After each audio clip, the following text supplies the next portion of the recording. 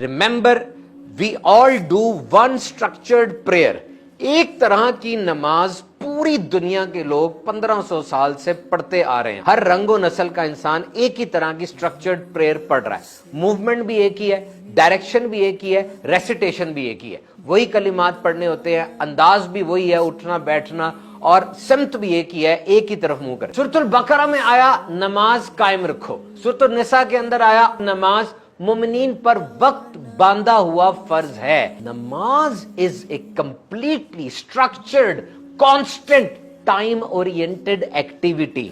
नमाज करनी है जनाब, ऐसी स्ट्रक्चर्ड है कि आपका मूड नहीं चाह रहा, कौन सा महीना चल रहा है, कौन सा दिन है, नियत नहीं बन रही, आप कसल और परेशानी का शिकार है, कोई घर में डेथ हो गई है या घर में बहुत बड़ी खुशी आ गई, या जैसे भी हालात हैं, सख्त मसरूफ हैं आप, पेपर आ गया, कोई बिजनेस डील आ गई है, नहीं, नमाज ऐसी स्ट्रक्चर्ड, ऐसी डिसिप्लिन्ड है कि आपने नमाज पढ़नी है। और फिर कोई चीज रिपीट होती है। रिपीटिशन मींस बार बार होना, और अगर तवज्जो के साथ हो फिर तो बड़े बेहतरीन अंदाज से न्यूरल पाथवेज बनते हैं, दिमाग में नई शाहराहें, नई हाईवेज बनती हैं, और वो काम आदत बनता चला जाता है। तो एक इंसान नमाज भी पढ़ता है, बार बार नमाज पढ़ रहा है, बार बार नमाज पढ़ रहा है, अब रिपीटिशन भी हो रही है, तवज्जो के साथ पढ़ रहा है, अब उसकी बॉडी के अंदर एक पैटर्न बन गया, एक टोन सेट हो गई है।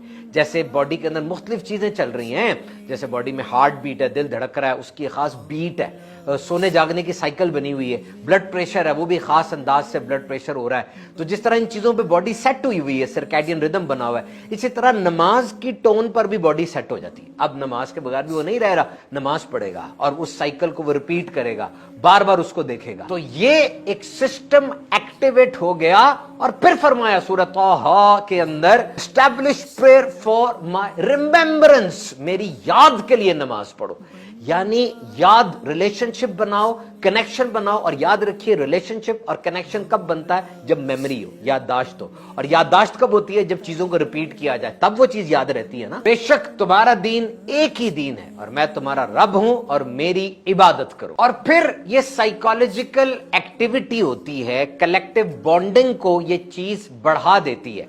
साइंस के मुताबिक अगर एक ग्रुप सिंक्रोनाइज्ड एक्टिविटी कर रहा है तो इनकी जिंदगी में बहुत ज्यादा चेंज आता है। यानी खास किस्म के लोग एक ग्रोह की सूरत में मौजूद हैं और एक ही जैसा काम मिल के करते हैं। जैसे स्कूल में बच्चे पीटी करते हैं, एक्सरसाइज करते हैं, और फौज के अंदर परेड की जाती है, तो सिंक्रोनाइज्ड ग्रुप एक खास काम इकट्ठे कर रहा होता है, तो इनमें बहुत सी तब्दीली आती है। बिलखसूस तन्हाई और डर की जो कैफियत होती है उसमें कमी आती है। और बाजमात नमाज के अंदर जो इतने ढेरों फायदे हैं, उसमें एक फायदा ये भी है कि it's not an empty exercise, it's not an empty activity, कि ये सिर्फ कोई खाली सी कोई बात नहीं है, but it's loaded with benefits, बल्कि इसके अंदर फवायद और समरात भरे पड़े, जो कि इंसान को डिसिप्लिन करती है, यानी नज़्म ज़ब्त सिखाती है, टाइम को रेगुलेट करती है, यानी टाइम को उसको मैनेज करती है, और उसकी पर्सनालिटी को स्ट्रेंथन करती है, उसकी जात को मजबूत करती है, और दिल के अंदर मुसलसल अल्लाह की याद का लंगर